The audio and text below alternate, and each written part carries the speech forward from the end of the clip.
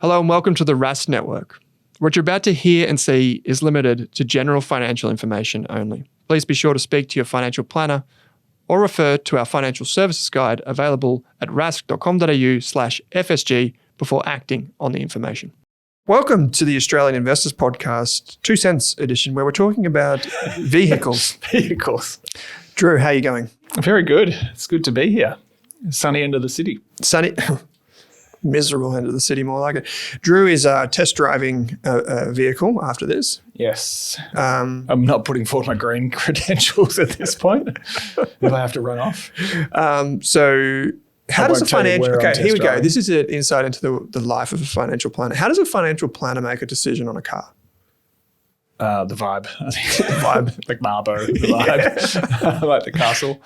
I mean, just usability. And the ability to thrash it properly. I have two, in terms of not the way you drive it, but I have 2 young boys, 3 and 6. So even when they're neat and tidy, maybe give them a milkshake in the backseat. Well, somehow the milkshake ends up all over them every time. It becomes the backseat. Yeah, exactly. And any kind of snack ends up everywhere. So it's more like, and how long are you going to get out of it? I don't want to be getting a new car. I don't think I've ever had a new car. I prefer buying secondhand cars. So how long are you going to get out of it? How reliable is it going to be? And how big is it? There's no, at the moment, my poor children, not often. It can be very hard to shift them into the back seat at a 3-year-old in a small SUV or mid SUV. It's got to be a Tesla or nothing. Yeah. You're angling me towards it now, more from the financial perspective. That's probably what you wanted me to answer as a financial advisor. Yeah, it's like, get a Tesla. Yeah, get the Tesla. The loan's cheap. They own the no stock. Fringe benefits tax, all this sort of stuff. Moon. Yeah. No, so this is the thing. When I bought my Model Y, it cost about 80 grand. You're a bit of a Tesla bug and nut though, aren't you? I just don't like going to the servo. Yeah. Like, unless I'm getting like a 7-Eleven protein bar. Yeah, just stopping in for my protein. No, but unless I'm like it's actually incredible not having to stop anywhere. Yeah. People will be like, oh yeah, the range. But it can go for 450 kilometers without topping up. So like, my current car's lucky to last. Yeah, well, that's 350. The difference is in a Tesla, the new Tesla, it would take you 15 minutes to get to 80%. So people don't like to spend 15 minutes; they like to spend 5 at the servo. But for the cost, so here we go. So you can get the rear wheel drive. This is the new one. This isn't a hard sell. You can get the new Model Y, which is the SUV one, for $55,900. Yeah. I'm guessing they've got oversupply, but you can get the performance one, which I think you deserve, for $82,000. Yeah, That's a bit very of a step tempting. up. Why is it such a big step up? It's $82,000. So that you could get the best one for the price that I got the base one for a year ago. Yeah. But what's the space like? It's honestly Are there hooks couple of friends of ours. For car seats? Yes. So a couple of friends of ours that have 2 kids, both needed seats. Yeah. And they had a BMW X5. And we did a bit of a side-by-side comparison. Way more space in the Tesla. And what about the boot? Yeah, is there 2 boots? Yeah, there's a frunk and a trunk.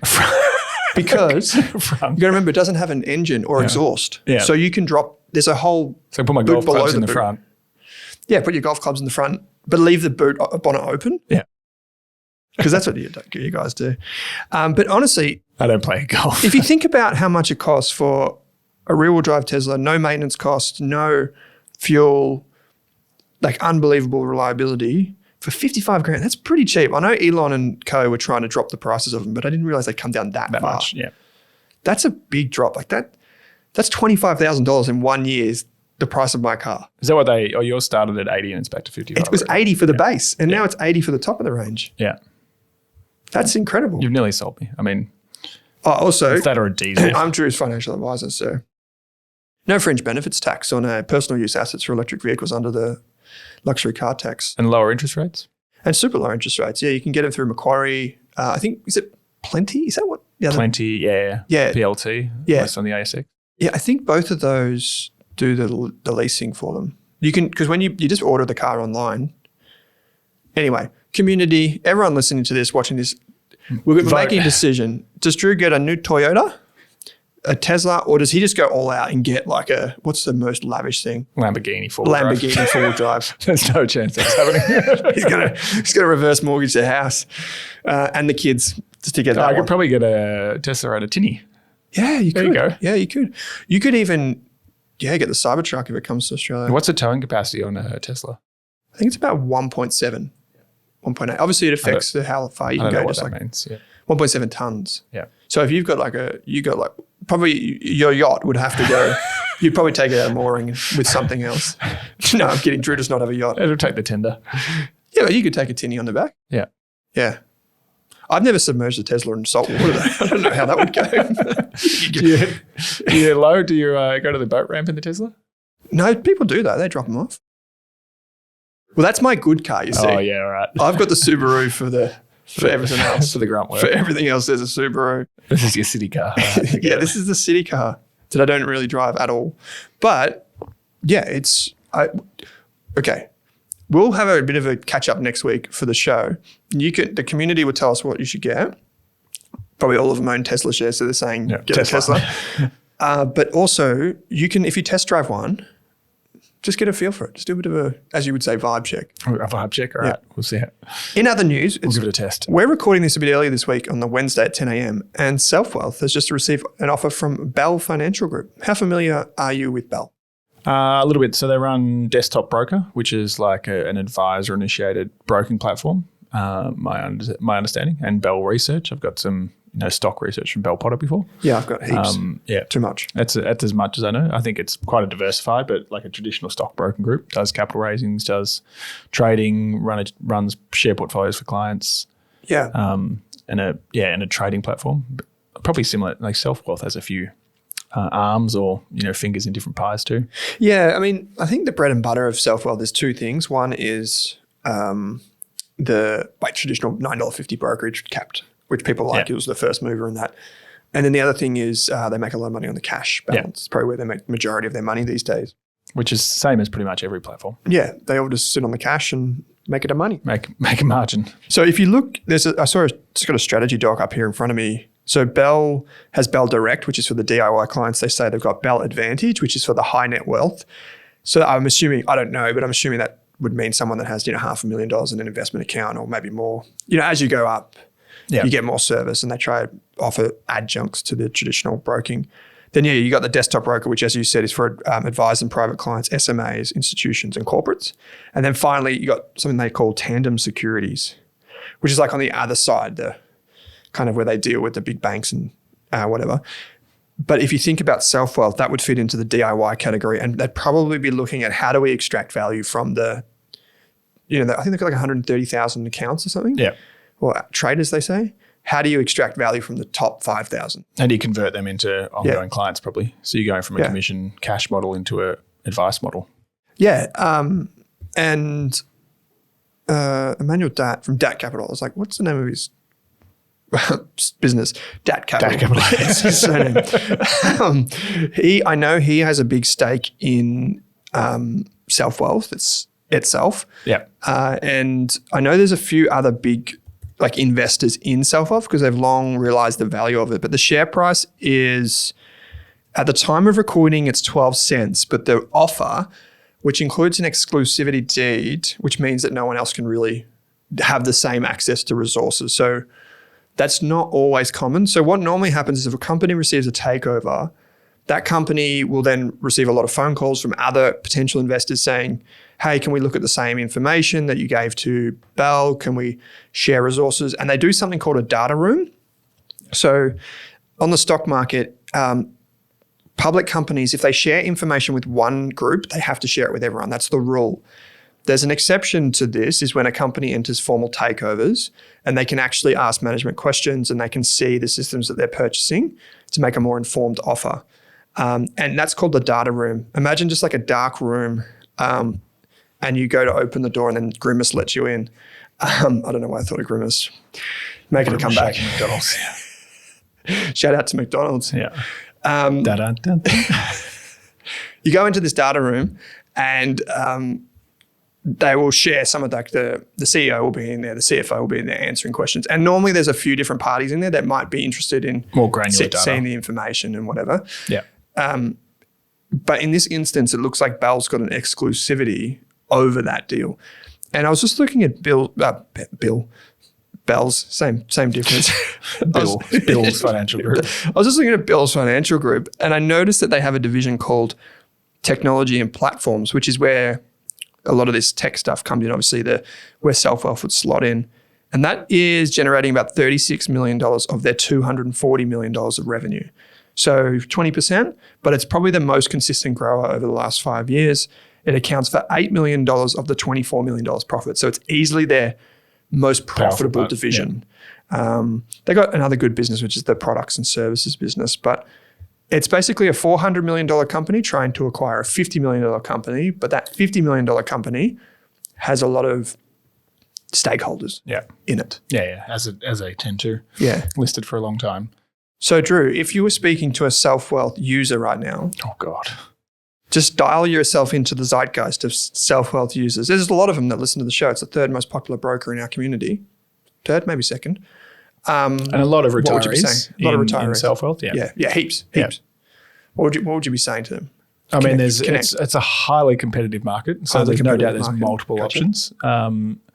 I think the natural reaction is to look around for an alternative. Shop around. I know I would when someone's buying, particularly probably someone that's, and this hopefully this is going to come off the wrong way. Bell Financial Potter doesn't, but Bell Financial doesn't. Bell Financial Potter. Let's go with Bills. Just because, like a lot of these cases, there's no need to take any action straight away. It's kind of similar to, it was StockSpot that was bought by GlobalX, and nothing significant has changed yet.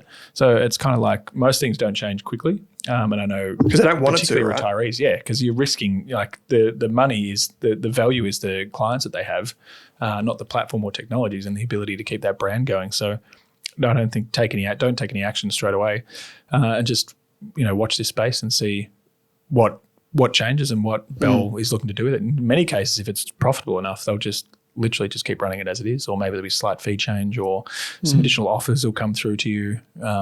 Some maybe it'll be beneficial. Yeah, that's a good point you make. There's no rush for anyone to do anything. Even for shareholders, they say don't make a choice yet. They believe, the board of directors believes that they're going to make a unanimous decision. And once again, that's really interesting in this case because Self-Wealth, like I said, does have some interesting directors. Yeah. And some of those directors may have some association with big shareholders. And so in that case, having unanimous decision is probably the only thing that would lubricate the deal because it's not a done deal. It's indicative, it's non-binding, which basically says to anyone listening that, well, maybe perhaps something may change. That's that kind of offer. But they have an exclusivity deal, which is 21 days it lasts for, a deed, sorry. And basically in that time, it looks like they would determine if they're going to make a full acquisition offer. And also that would be the period if someone is going to emerge, they will emerge during that time. It's super interesting. And what's the share price of Self-Wealth done in recent years? Nah, not much. What's the code again? SWF. F, yeah. So you go year to date down 25, 1 year down 25. Keep digging. 5 years down 33. I mean, it's one of these problems again. And I had a conversation about, I haven't owned it. I had a conversation with about Magellan recently. So a share that we all know I've held at different points. Yes. And nothing wrong with the company, making lots of changes, but you see a share price that falls from like 80 cents to 12. And what tends, in my experience, what tends to happen is you end up getting a takeover offer well below what you originally paid for it, and you're waiting and expecting it. As we talked about, your recency, your hindsight bias, whatever it happens to be, means that you think it's going to go back to 80. But this offer, what was the offer at? 22 cents. So you're doubling your money from 12, but if you bought at 80, you're still 60%, what's that, 60% underwater? Yeah, you're a long way down. Yeah, 75% underwater. And that was a key criteria because in this particular deal, finance people doing finance things, in this particular deal, they're giving something which is quite interesting. It doesn't normally happen, but they're giving Self-Wealth shareholders the option to take Bell shares in exchange for or cash. And that is typically not the case, but because they're both ASX listed and because a lot of long holding shareholders of Self-Wealth will think there's a lot of value in this business, which just can't be unlocked. And that's because there's a lot of argy-bargy on the share register and whatever. I'm always take cash. You're a cash man. Just take the cash. Well, this is the thing because a lot of people do just kind of like inertia just rolls them into the next thing. Yeah. Right. But realistically, you're buying a new company. Yeah, and if you're a major shareholder in Self-Wealth, you've got input into what the company's happening. Yeah. You become part of a smaller group and you've got no input. So not providing advice to those directors. I'm always Unofficial. like, anytime Drew you is sell a looking for business, take clients, cash. Actively. So it says here this is the Bell Potter ASX release. It says the acquisition is expected to be materially earnings per share accretive post-acquisition and adds almost 130,000 active portfolios, increasing BFG's sponsored holdings by 11 billion to 94 billion. So sponsored being ASX, like Roald chess Dahl. sponsored. Roald Dahl. Big friendly giant. What a reference. Anyway. I mean, you'd hope so. I mean, if you're gonna acquire assets, you want them to be earnings accretive, and pretty much as quickly Well, you as have you to can. say that. Particularly for that size too. You're not going to buy a company that's going to make you lose more money next year. No. Like what they're saying is the company's Actually, they profitable did when we're come out buying and it, say and it's going to slot straight in, and the revenue will increase and the profit will increase. Hmm. They're not banking on savings. I think I'm always wary when they say we're going to buy something Yeah. and cut out the costs, and that's how we're going to get the earnings. In this case, you're buying earnings. You're just buying undervalued earnings. Yeah. Probably because the shareholders have been there for so long. And the thing is here, this is from the ASX release, Brian Wilson, AO. Does that mean Australian Open? We are excited by the prospect of welcoming South Wealth's clients and the team to Bell. Clients of both businesses will benefit from the superior user experience through leveraging the respective strengths of both businesses and access the broader array of products and services available within BFG, Big Friendly Giant. So here we've got access to the broader array of products and services within Bell Financial Group. So basically, what they're saying is like we're going to keep it. This is my interpretation of the words. Is we're going to buy this thing, we're going to run it just like it kind of is now, slowly take costs out of it. But what we're going to do is it's going to be the same experience for self-wealth clients, but we're going to offer add-on Maybe services. some capital raisings, maybe some SMAs, maybe some product. Yeah. You want to get a piece of that hot new stock out of Perth? Well, we Chuck got it in. click this button. Talking about hot new stocks, Hot new stocks. HMC looking at launching a data center. IPO. Her Majesty's Capital. Yeah. Go on. Loving the acronyms at the moment. Yeah. So David DePilla, I think he was ex-UBS, did the HomeCo, turned to HomeCo. Oh, right. Okay. I mean, HMC. Yep. HomeCo was originally, and now looking at launching a $4 billion data center IPO, I believe. I don't think it's still this year. I think it's early next year, but capitalizing on that air trunk strategy. So basically, this guy's and shown it a great deal maker. He's done the Chemist Warehouse, Sigma Pharmaceuticals deal, and the ability to wrap things together, raise money, acquire assets, and provide this unique product. He's bringing something different to the IPO, to the ASX. Can you just step back really a second? hitting the zeitgeist as well. Yeah, there's a lot of this is the data center zeitgeist. For my benefit, so Her Majesty's Capital is it's a Fund manager. It's a fund manager. Alternative fund manager. HMC is a ticker symbol. Yeah. So they don't own this data center stuff. They're just managing that. They're leading the IPO. They'll stake it. I'm Okay, sure right. that I think he stakes pretty much every investment Okay, from cool. HMC with their own, like a Macquarie Yep. would, and then raise money into that and acquire assets or transfer assets into it. Okay, so that's 4.45 billion is the market cap of HMC. So that's what I was a Oh, bit the $4 billion, confused. yeah. Yeah, so I was like, They're it's looking at already raising listed. $4 billion for a separate company. Separate so entity. I think there's like 2 or 3 trusts that he, like a REIT that's already listed Okay. in different asset classes. Oh, that makes sense. Yeah. Okay. That's good because there's a lot of demand for this stuff right now. Like NextDC, the biggest one on the ASX, has been going absolutely wild. And we talk all the time about how few listed, there's less and less listed companies and investing more in private markets. So it's good that things are being bought to public markets. Not that I'm a massive proponent or anything. Like I'm not saying get involved in it, but just as a general theme. Yeah. I kind of found there was an article today talking about a pre-IPO fund, not saying which one, not putting any press on it, but being frozen. Yeah, and I think this is something we tend to forget about when markets are doing so well, not just pre-IPOs, but there's some credit, there's some property that when things get difficult in these kind of illiquid assets, like non-shares, not talking about ETFs or Private anything, companies. private assets and private markets in a listed structure and providing liquidity. I think this is something we're probably going to look at in the next few years. Yeah, we have to take this off air. Yeah. I don't know who that is. But why would you, is the answer. Why would you freeze it or why would you invest? Why would you invest? I mean, the investment opportunity is attractive in some of these cases. Pre-IPOs, if done well, they can offer 15 to 20% returns, but they're long-term lock-up. You shouldn't be able to get your money out. And as soon as you can get your money out, then it becomes very difficult to manage that liquidity. Same for direct property. We've seen that before. There's plenty of funds that are frozen at the moment. Definitely. And then direct mortgages as well. So it just, it's always buyer beware and understand what you're investing into. And Mainly wholesale products, so like not a lot of wholesale products. Yeah, not your Joe Bloggs on the street. Although Joe Bloggs does like to get access to those, and he tends to blow it up himself. I think it's a good lesson in there. Like some of the property trusts out of the GFC were locked up for 5. Some are still 10 years. Just giving quarterly liquidity now. Yeah. So that's crazy. I think about that. And they've thought about it since, and the way they structure it is they don't promise that daily liquidity, because that's where your issue comes from. When you've got you can't own 101 Collins Street and offer daily liquidity so people can redeem their investment every day. Yeah. Because if too many people redeem, then you have to sell 101 Collins Street. Yeah. And you don't want to sell that. Yeah. Who's going to buy it? In a difficult period. So maybe the Dubai. They've worked on those structures, and we're always very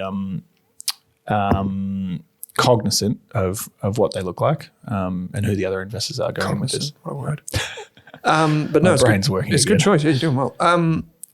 Donald Trump, pro or anti-Bitcoin? Pro.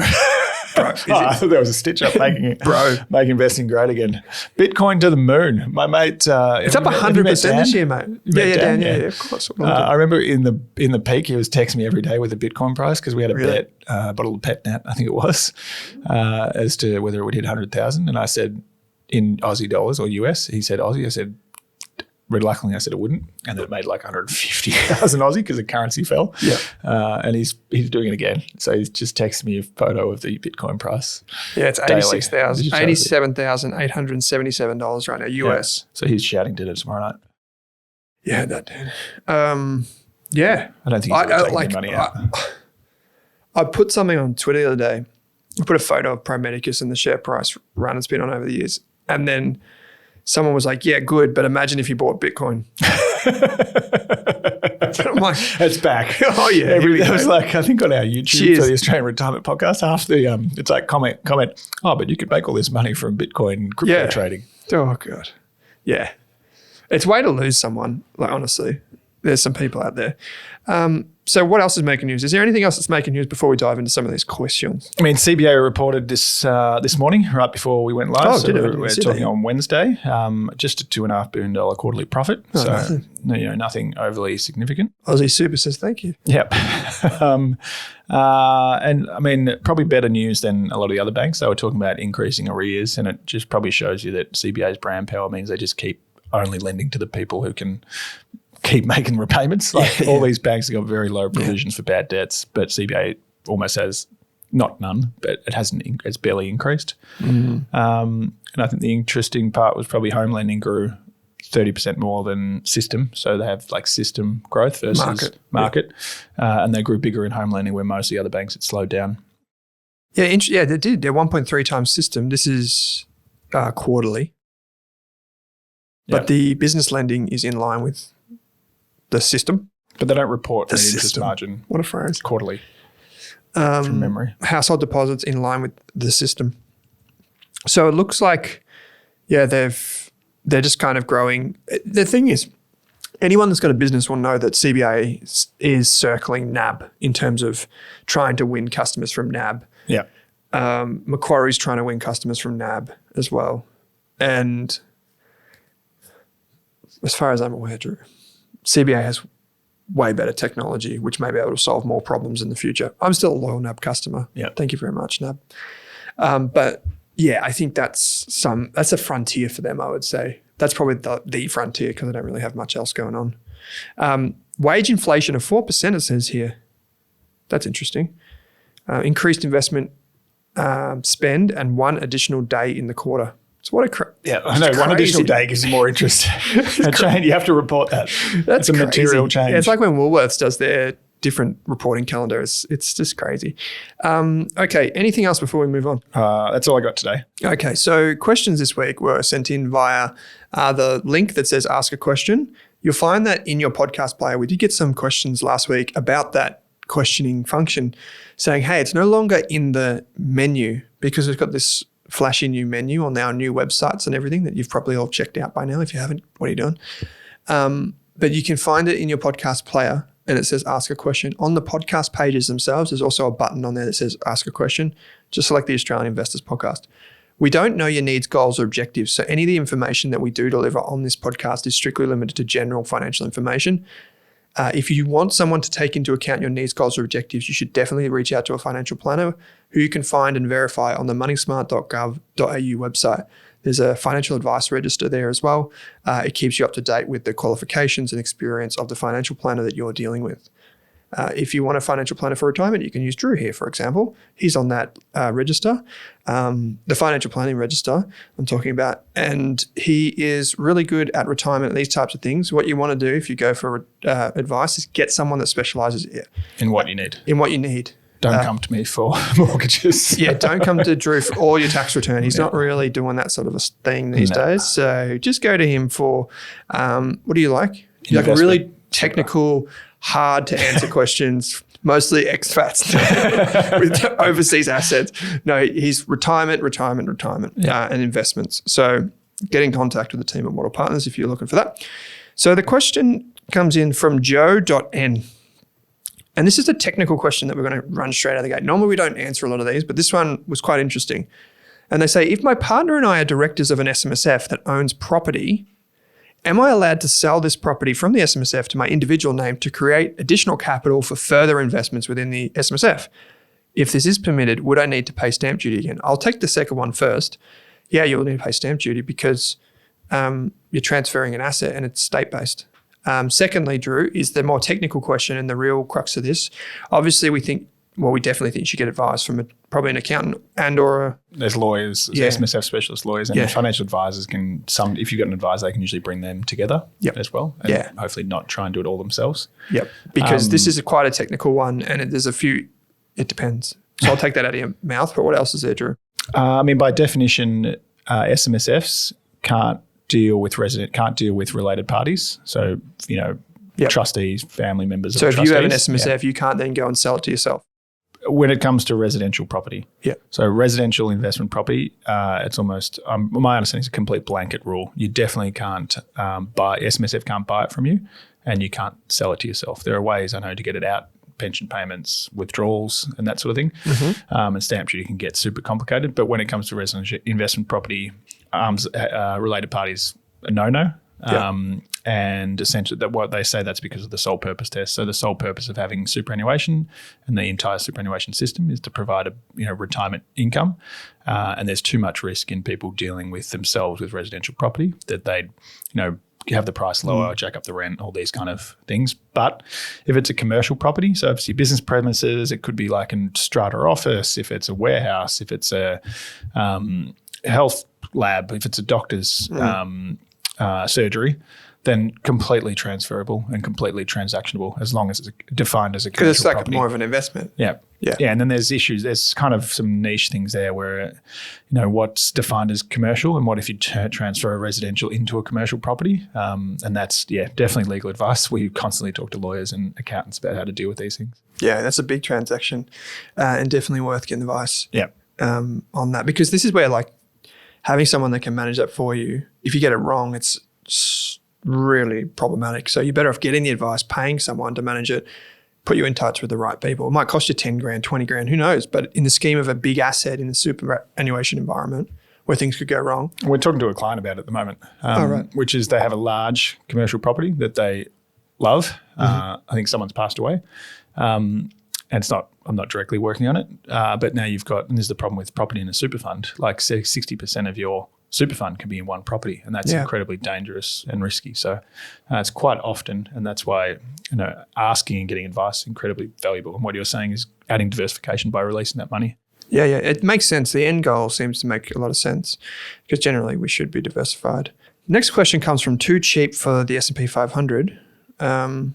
They also said too cheap with T-O. Not T-O-O, so maybe too cheap. I think it was just a typo. Oh, okay. On the international small cap passive side, what are your thoughts on VSM? This is a Vanguard International Smalls. What are some alternatives? So obviously passive, we've talked about on the show where we think that active can add a lot of value. And the two areas in particular are small cap Aussie, small cap global, we think can add value. We've also said that you could, on the international, you could blend a passive with active. Yeah. I think that would be the way that I'd go. I think this is a good fund. Like, I don't think there's anything wrong with this product. Drew, I don't know how familiar you are with it, but No, not at all. I think it's a fine product, and I think most groups have one. I think BlackRock has one, State Street probably has. Maybe it's not in Australia, but all the major ETF groups. Like, if I was going to say, I could ask you the question: Vanguard or an active global small caps? What would you choose? if you gave me two, If you were choosing from those two today, if I was allowed to have Vanguard and two, yeah, so I could diversify just rather than have one, I'd probably go the two. yeah. So I prefer active global smalls every time over just an index. If it's your start, and I think an index for a small part, but then I think like the quality-based small caps become more attractive than like a broad-based index. And part of the reason is you get good bang for your buck in small caps, but the top holding in Vanguard is 0.2%.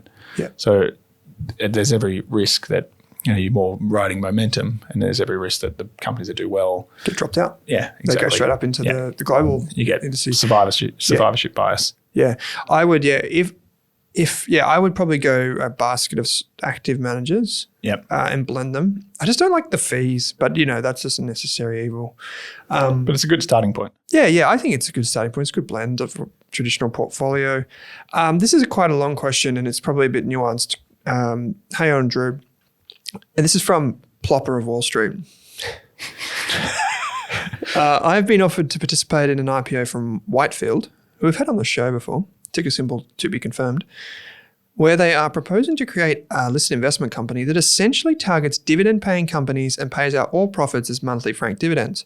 Just wondering if you can offer any insights or opinions on this. The flyer shows they have been running an unlisted fund and generating 8.8% per annum over the past 3 years, which I presume would be the rough dividend yield minus fees, since they are paying most/all of it.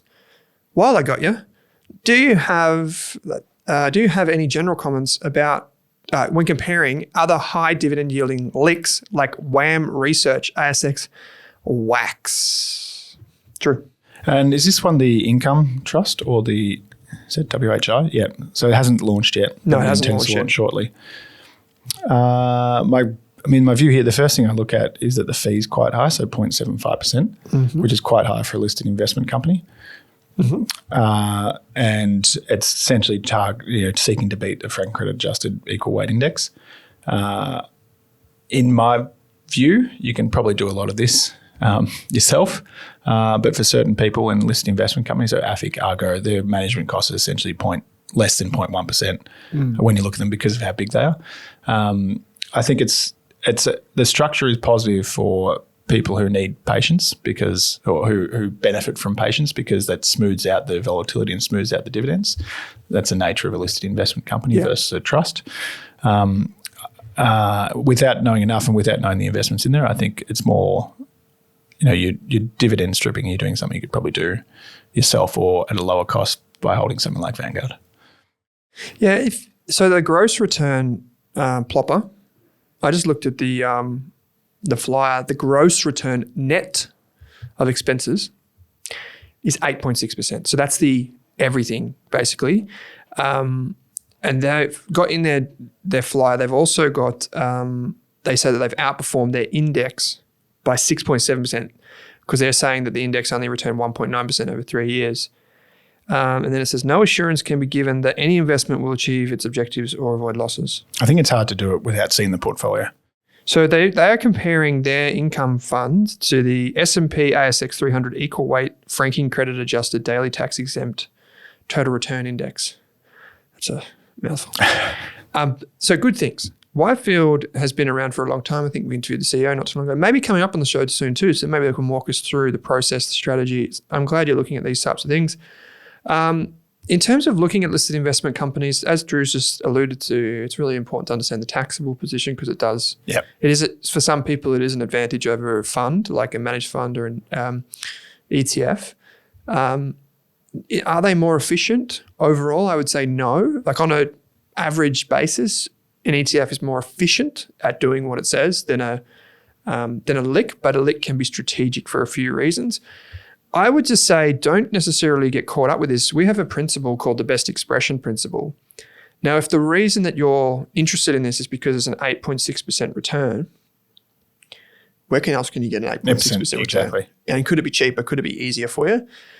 That's one thing to keep in mind. Like, if the key thing is here is you're comparing apples to apples. And what I mean by that, if you're comparing this return, what index are they comparing it to? Yeah. And then if you're comparing this return, what other options do you have to Could you compare just it to? buy that index? Yeah. Or buy very similar to that index? Yeah. And so maybe the best expression would be maybe you buy a dividend yield ETF as opposed to this. I'm not saying this is good or bad. There is an element where I would actually have an active strategy, and there are certain instances where LICs are For dividends, yep. preferred. I would just say on the whole, Drew, I like Whitefield, I like AFIC and Argo. I think they're all really, really reputable. Good entry options, yeah. Yeah. 100%. I think, but then probably the other thing, so being a listed investment company, it's close-ended, so you're raising capital and holding it once, and basically 95% of listed investment companies trade at a discount. The shares trade at a discount to the net tangible assets for asset value. Regardless, the only ones that don't, I think, are AFIC and like the biggest ones. WAM Capital sometimes. So it's always with these, it's always important to watch where that's trending. So the risk would be that you buy it and it trades at a discount for the lifetime that you have it. So it could be, not saying you wouldn't go into it, but potentially it's something you buy once it's on the market as well. That's why we probably both stay away from IPOs. Yeah, don't need to. Yeah. So there are a couple of good questions in here, but we've only got time for maybe one more quick one. I'm going to get an email about that one, I'm sure. This one, the one you just said? Yeah. Oh, you will. All complaints and negativity can go to Drew at 04. No, but let us know what you think in the YouTube comments or in the RAS community or whatever. And you can tell we don't know everything about everything. So a lot of the times we're researching on the fly. Yeah. We definitely have some chauffeur knowledge over here. I'm 55 and just paid off my mortgage, says Mr. Mango. I now have some disposable income. Just getting general thoughts on whether someone should build a portfolio outside of super or sacrifice into super. I'm in an untaxed fund, Drew, so can salary sacrifice as much as I want.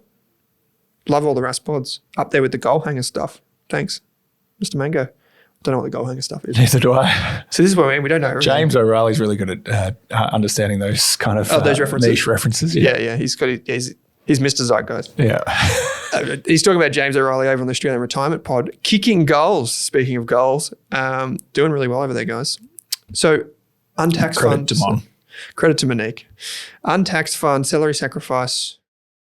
I think 55, mortgage paid off, you can access your super from 60. This is the time where you want to start accelerating your superannuation contributions. Claim a tax deduction. Yeah, exactly. And it doesn't have to just be salary sacrifice, because it's untaxed, it means you actually pay tax when you take it out or roll it over. Yep. And there is a limit on that. But just super generally, and if you're still earning an income, once you start drawing a pension at 60 or 65, all the capital gains income becomes exempt from tax. All the money you take out becomes tax-free, apart from your untaxed once you've dealt with that. Yep. It's just a no-brainer that this is the peak time. Mortgage gone, big savings capacity. This is when you want to be shoveling money into superannuation. Absolutely. Yeah. Yeah, this is a very typical scenario, and we can only speak generally. But a lot of people at this age do release themselves of the mortgage. They've got excess income. They don't want to use gearing Private strategies. school They want to fees use are anything gone. else. Just pour the money into super, they say, and you get the tax deduction. You can juice that and then hit retirement. Happy days. Now, we did have heaps of questions. We do want to probably get to them, but we probably don't have time. Time for one more, you reckon? Because Drew's got to go test drive this Lambo. There's another super related question. So we might just, sure. We'll go down to this. We won't do another super one. We'll go down this one. Oh, of course, this one. Okay, here we go. Stitch up. Magellan versus Platinum says All Bays frequent flyer, or Albies, as in Albos. I think you're supposed to say Albos frequent flyer. Albay's freaking, yeah. As in, like with elbow. Yeah. Because Joe Aston's coming on soon. Magellan versus Platinum. Drew versus Owen, or Owen versus Drew, as I'm not sure who mentioned Magellan. Who won this bet? Also, on a more serious note, is it still better today to go with an active fund manager like Magellan, Platinum, Monroe, JP Morgan, etc.? And if yes, who has a good track record and what should I start to look for? Was that a bet on the share price of Magellan versus Platinum? Yeah, I'm just trying to bring this up. I reckon I was Magellan. I reckon it's one. Well, unless it wouldn't was be hard to beat Platinum. Unless it was the day I was Yeesh. sitting next to Andrew Clifford. I can't do one period Drinking on the Google Kool-Aid. Finance when Platinum looks good. Crazy. Okay, I would say whoever picked Magellan on that one elbows frequent flyer, because this is not looking pretty for, like, I did a write-up for Magellan last year saying how there's a lot of embedded value in it and ResMed. That was for our members. And it looks like over the past year, Magellan's up 50%. It was actually November last year when I wrote it. And Platinum? I'm pretty happy with that. Platinum's down 4%. Probably paid a big divvy though. A 47% dividend. Yeah, 50% dividend. Take that. Actually, it's got an 8.6% yield. Magellan's 6%. See, Magellan was undervalued. It was pretty clear. Yeah. A year, I don't know. I'm talking my own bookie, but I actually think it was pretty clear. You had Barrenjoey assets. You had the Guzman stuff, which had been exited. You had a new CEO, which I think had left already. You had Airlie Funds Management doing it right. The infrastructure holding up. It was just the global fund. Yeah, and the sentiment. Everyone was selling and couldn't But stop you could selling. get it cheap. The sentiment has to be crap in order to get cheap stocks. Yeah. I was pretty comfortable with Good it. turnaround. And it had a lot of cash and it was paying a big div. But if you bought it at $50, you still... Magellan was... What are you down if you bought it at $50? Oh, yeah, you're not looking pretty. It's $8.70. I mean, things happen. Let's try another company then. Let's chuck in ResMed real quick. So what would you go with now, Drew? Would you pick Platinum or... Ooh, cash. I mean, it's a very tough environment to be an active fund manager, a listed active fund manager. You've seen like challenges at Perpetual, Pendal, mergers, Platinum being, an offer from Regal. Like it's very, very difficult to, like there's outflows, a lot of money going into ETFs, index tracking ETFs. So it's very challenging at the moment. So I'd probably avoid funds management. The only fund manager we're kind of invested in would be Challenger, which is mainly annuities, but owns Fidante, which has about, I think, something like 100-something billion under management. And they're very niche asset classes. There's credit, there's fixed income, but flat out equities, very challenging. Yeah, you're not wrong. But active management, on the other hand, I think incredibly positive. Whether you think the market's expensive or overvalued or not, I think it's more apparent than ever that active management can play a role in this environment where there's so much concentration risk, where the S&P 500 just hit 6,000 points, but where there's going to be uncertainty and there's going to be trends in all different directions. That's where we think active management can pay off. And a couple of these names are good. Okay. There's heaps, GQG, I'm sure you've talked about quite a lot. Not really, but you have. Yeah. I know it's good. I mean, it's one of the top performing global equity funds in the world, and it's lower cost than pretty much all the competitors. I mean, there's a long list. Yeah. I can go through plenty of them, but don't necessarily need to. But blending it, as we always do, with a low-cost index at the core. So for RASCOR members a year ago, on November 17th, that's basically exactly a year ago. So I said, what did I conclude in this heebie-deebie? If you like this thinking, you can then let me know in the forum, blah, blah, blah. Magellan appears that it's on the way to looking quite cheap.